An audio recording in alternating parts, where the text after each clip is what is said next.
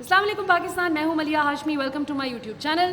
ناظرین، ایک مشہور کہاوت ہے کہ گھر کا بھیدی لنکا ڈھائے۔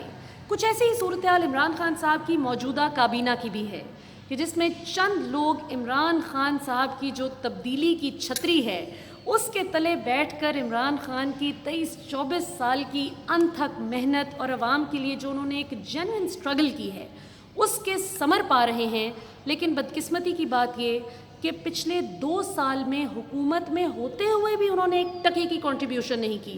چلیں الیکشن سے پہلے تو چھوڑ دیجئے کہ وہ ان کا تعلق تھا یا نہیں تھا عمران خان صاحب کی اسٹرگل سے، لیکن حکومت میں جب آپ آ گئے تب تو کچھ کرتے۔ آج میں آپ کو بتاؤں گی کہ ایک ایسے صاحب جو عمران خان صاحب کے نئے پاکستان کے ویژن کی دھجیاں اڑانے پر ہیل بینٹ ہیں، اس پر وہ تلے ہوئے ہیں کہ انہوں نے عمران خان کو بدنام کر کے چھوڑنا ہے، اور چند ایسے فیصلے انہوں نے کیے جس کی وجہ سے عمران خان صاحب نے نقصان اٹھایا اور الٹیمیٹلی پاکستان کی عوام نے بھی۔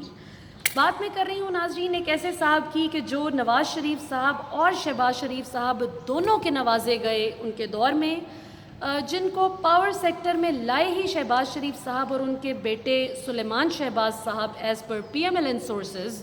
اور نون لیگ کی جب حکومت تھی ناظرین تو اس میں نواز شریف صاحب نے جب پاور سیکٹر ریفارمز کے لیے ایڈوائزری کمیٹی بنائی تھی اس میں بھی ان کا حصہ تھا، مطلب وہ اس کے حصے دار بنے، اور شہباز شریف صاحب نے ان کو نواز کر لاہور ویسٹ مینجمنٹ کمپنی کا ڈائریکٹر بھی بنایا، جو آپ کو یاد ہوگا کہ نیب اس کو ابھی بھی ٹیک اپ کر رہی ہے اس کیس کو۔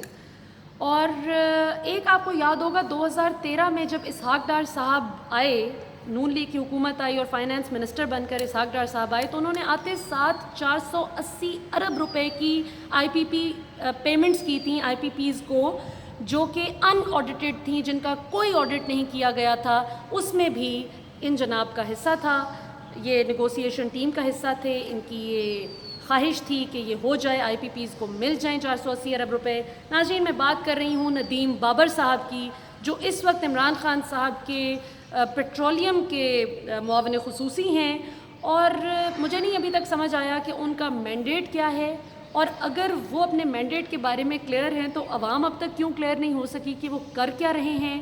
ہم نے دیکھا ناظرین کہ 26 دن کا جو ریلیف دیا گیا پاکستان کی عوام کو 75 روپے فی لیٹر پیٹرول کی صورت میں، اس میں تقریباً 10-12 دن تو ہم یہی شکایات سنتے رہے ملک بھر سے کہ جی کہیں پر پیٹرول مل نہیں رہا، کہیں پر سیویئر شارٹیج ہے، کہیں پر پیٹرول دگنی قیمت پر بیچا جا رہا ہے۔ اس چیز پر جب ان کو، اور عام طور پر آپ نے دیکھا ہوگا کہ جیو نیوز پر اپنا موقف دے رہے ہوتے تھے، صرف 92 نیوز پر میں نے ایک شازیہ ذیشان کے پروگرام میں نے دیکھا، ورنہ عام طور پر حامد میر صاحب کو، شاہ زیب خانزادہ صاحب کو اپنا موقف دیتے ہوئے نظر ہے، شہزاد اقبال صاحب کے بھی پروگرام میں غالباً یہ آئے تھے۔ پوائنٹ یہ ہے ناظرین کہ معاون خصوصی جو ہوتا ہے یا آپ کا منسٹر جو ہوتا ہے کسی بھی سیکٹر کا، کسی بھی ایریا کو جو دیکھ رہا ہوتا ہے، اس کا کام یہ ہوتا ہے کہ اس نے ان مسائل کا حل نکالنا ہوتا ہے، اس نے صرف سٹیٹمنٹس نہیں دینی ہوتی۔ آج میں آپ کو بتاؤں گی کہ انہوں نے کیسے بیڑا غرق کیا۔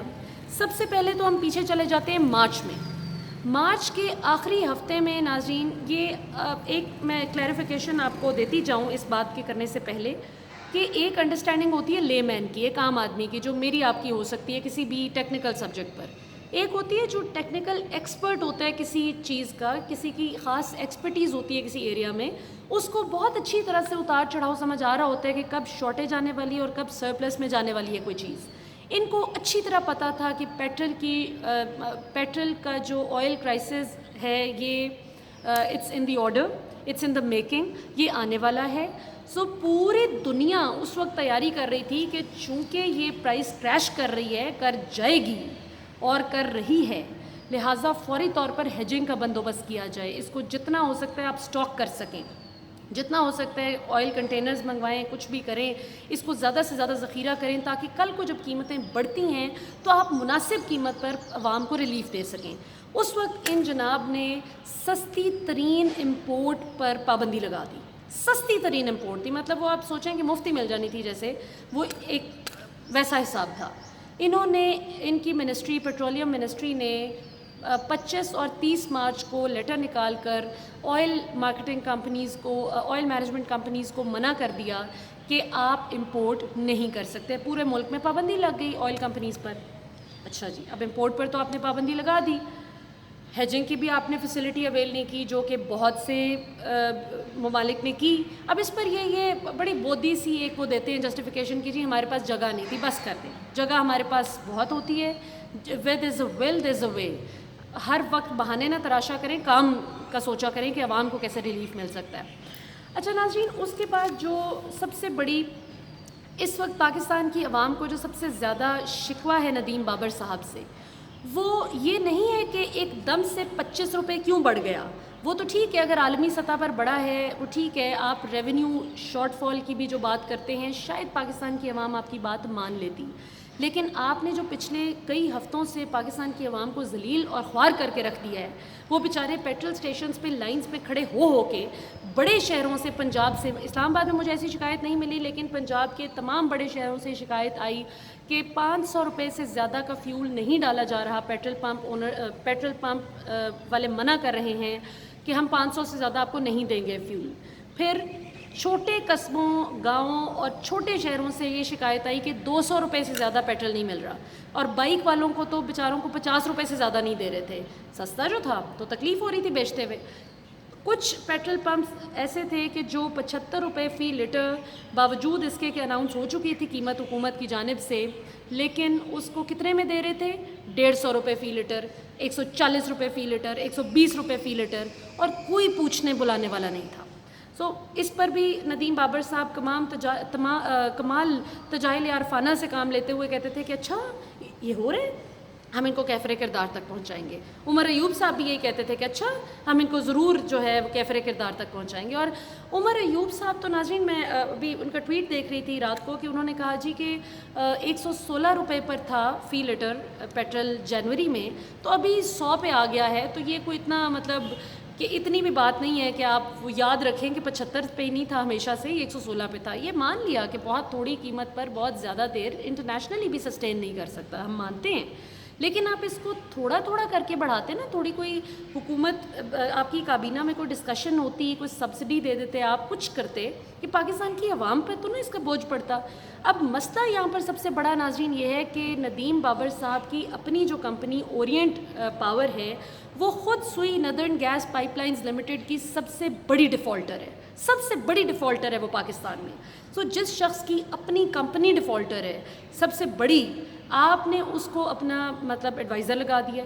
اور پھر یہ کہ چلیں ٹھیک ہے اوپر نیچے ہوتا رہتا ہے, کاروبار میں مسئلے مسائل آتے رہتے ہیں, لیکن سب سے بڑا تو یہاں پہ کانفلکٹ آف انٹرسٹ یہ آ جاتا ہے نا کہ جو شخص خود پاور سیکٹر کا, جو شخص خود پیٹرولیم سیکٹر کا بہت بڑا پلیئر ہے, ایک میجر پلیئر ہے, وہ کیسے پیٹرولیم کا ریگولیٹر بن کے بیٹھ گیا ہے, مطلب پالیسی میکر بن کے بیٹھ گیا ہے.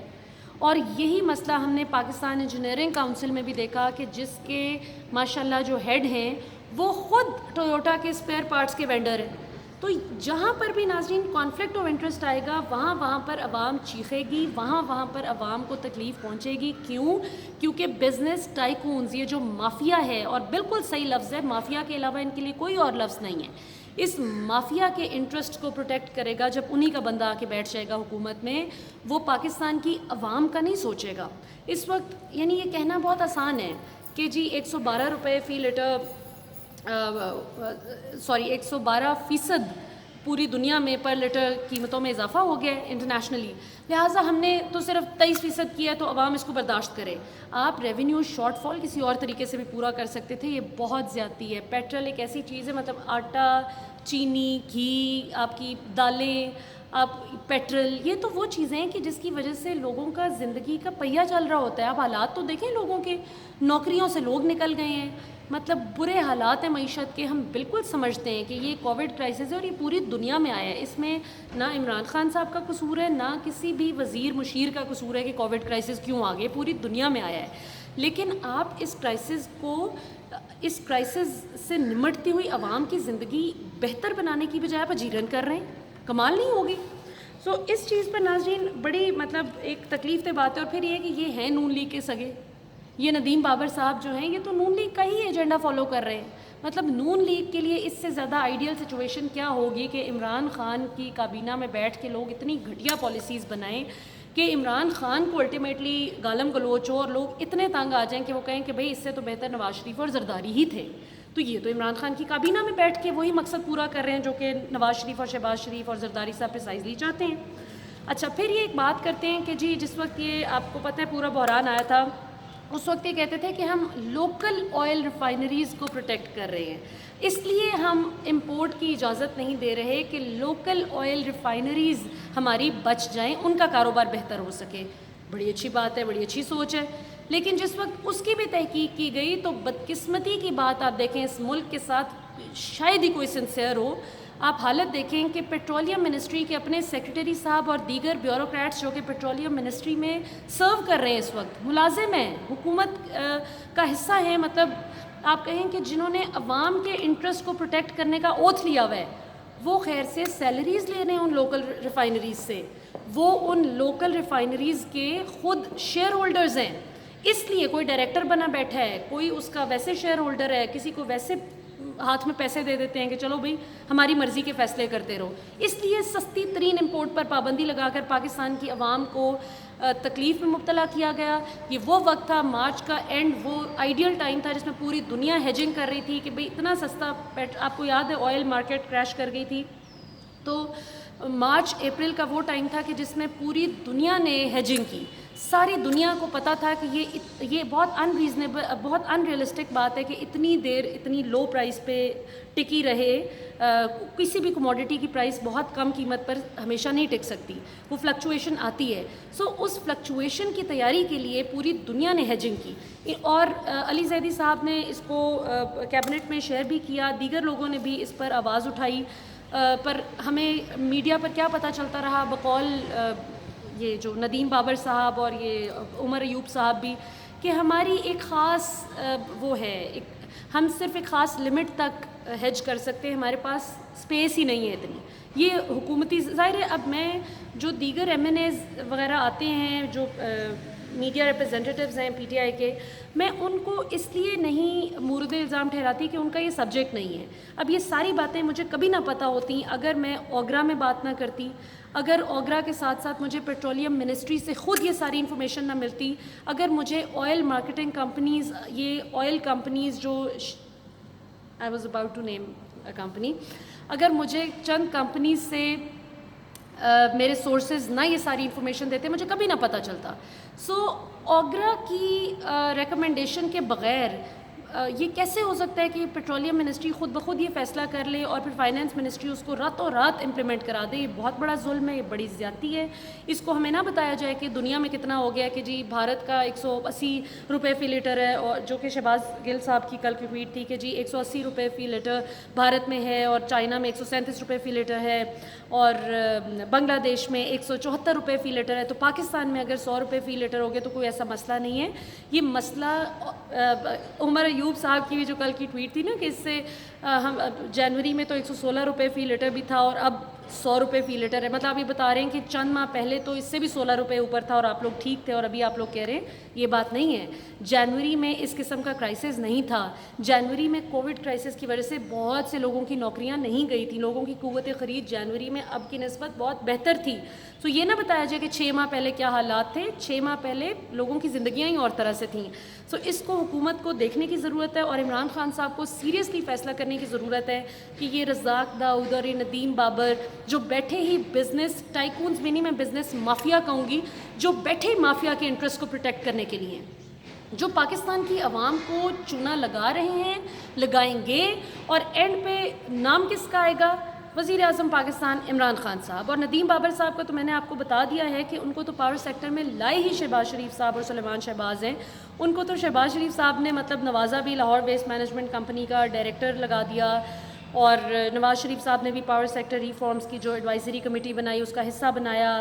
پھر میں نے آپ کو بتایا کہ اسحاق ڈار صاحب نے جو 480 ارب روپے کی 2013 میں حکومت میں آتے 7 آئی پی پیز کو پیمنٹس کر دیں بغیر کسی آڈٹ کے, جس پر میڈیا چیختا چلاتا رہا. پاکستان تحریک انصاف اس وقت اپوزیشن میں تھی, اس وقت انہوں نے بھی خوب احتجاج کیا تھا. اس فیصلے میں بھی ندیم بابر صاحب کا کلیدی کردار تھا. سو اگر یہ ساری باتیں جاننے, اور ان کی اپنی جو اورینٹ پاور کمپنی ہے وہ خود سوئی ندرن گیس پائپ لائنز لمیٹڈ کی سب سے بڑی ڈیفالٹر ہے, تو ناظرین، اگر ہم نے جو لوگ خود اس کاروبار کا حصہ ہیں انہی کو اس کاروبار کو ریگولیٹ کرنے کے لیے اور اس کی پالیسیز بنانے کے لیے اور اس کو اوورسی کرنے کے لیے بٹھا دینا ہے، تو یہ تو وہی ہے کہ بلی کو آپ دودھ کی رکھوالی پہ بٹھا دیں. تو یہ تو بالکل ایسا ہی حساب کتاب ہے. اس کے ساتھ ہی ناظرین، اینڈ پر میں آپ پر ایک سوال چھوڑے جاؤں گی جو بہت ضروری ہے، آپ کو اس پر غور کرنا ہے اور مجھے کامنٹس میں جواب ضرور دیجیے گا کہ کیا ہم نے اب پارٹیز میں ہی بٹ کر سوچتے رہنا ہے یا ہم نے پاکستانی بن کر سوچنا ہے. مجھے خوشی ہے کہ پاکستان تحریک انصاف کے بہت سے ووٹرز اور سپورٹرز کو میں دیکھ رہی ہوں کہ جنہوں نے آواز اٹھائی ہے اس پر اور جو اس پر احتجاج کر رہے ہیں، اور مجھے افسوس ہو رہا ہے پی ٹی آئی کے ان سپورٹرز پر کہ جو اس چیز کو ڈیفینڈ کر رہے ہیں. یار شرم کریں. پھر آپ میں اور وہ جن کو نون لیگ کو آپ، میں تو نہیں کہتی، بہت سے لوگ پٹواری کہتے ہیں، پھر وہ کیا فرق رہ جائے گا. عقل سے سوچا کریں. یہ وہ لوگ ہیں جدھر حکومت ختم ہوئی عمران خان صاحب کی، اسی وقت انہوں نے بریف کیس پکڑ کے بھاگ جانا ہے. ان کی کوئی اکاؤنٹیبلٹی نہیں ہونی. انہوں نے ٹھٹھے لگا کے ابھی بھی ہنستے ہوں گے نواز شریف وغیرہ کے ساتھ جب ان کی گپ شپ لگتی ہوگی. یہ ہنستے ہوں گے ان کے ساتھ بیٹھ کے کہ دیکھو جی اسی کیسا ہے نا دا شغل ہے بڑے ایسی تبدیلی دا نعرہ لا کے. سو دس از ہائی ٹائم کہ عمران خان صاحب کو سوچنا ہوگا. یو ہیو ٹو ڈیسائڈ کہ ان کو اپنا، جو ہمارا تو چھوڑیں، جو ان کا اپنا نئے پاکستان کا خواب تھا، کیا ان کو وہ پورا کرنا ہے یا اس مافیا کے ہاتھوں میں انہوں نے کھیلنا ہے. اب عمران خان صاحب کے لیے وہ ڈو اور ڈائی سچویشن ہے. یہ ناؤ اور نیور والی سچویشن ہے. خدا کے لیے اندھا دھند غلط فیصلوں کو مت سپورٹ کیا کریں. جہاں پر کوئی غلط ہو اس کو کھل کر کہا کریں غلط ہے. میں ختم کرتے ہوئے اپنی بات حضرت علی کرم اللہ وجہہ کو کوٹ کرنا چاہوں گی کہ وہ کہتے ہیں کہ جس نے تیرا عیب تجھ کو بتایا اس نے تجھ پر احسان کی انتہا کر دی. تو یہ بڑی ضروری چیز ہے. خان صاحب ابھی بھی وقت ہے، اس چیز کو سمجھیں اور ان لوگوں سے جان چھڑائیں کہ پاکستان میں کمپیٹنٹ لوگوں کی کمی نہیں ہے. ضروری ہے کہ ہم نے جو مافیا اس ساری چیز کو ریگولیٹ کر رہا ہے، مطلب اپنے انٹرسٹ کو ریگولیٹ کر رہا ہے، ہم نے اسی کو بٹھا دینے کابینہ میں. سوچیے گا ضرور. پاکستان زندہ باد. مجھے اپنا ویلیویبل فیڈ بیک ضرور دیجیے گا. پاکستان ہے تو ہم ہیں انشاءاللہ. پاکستان زندہ باد.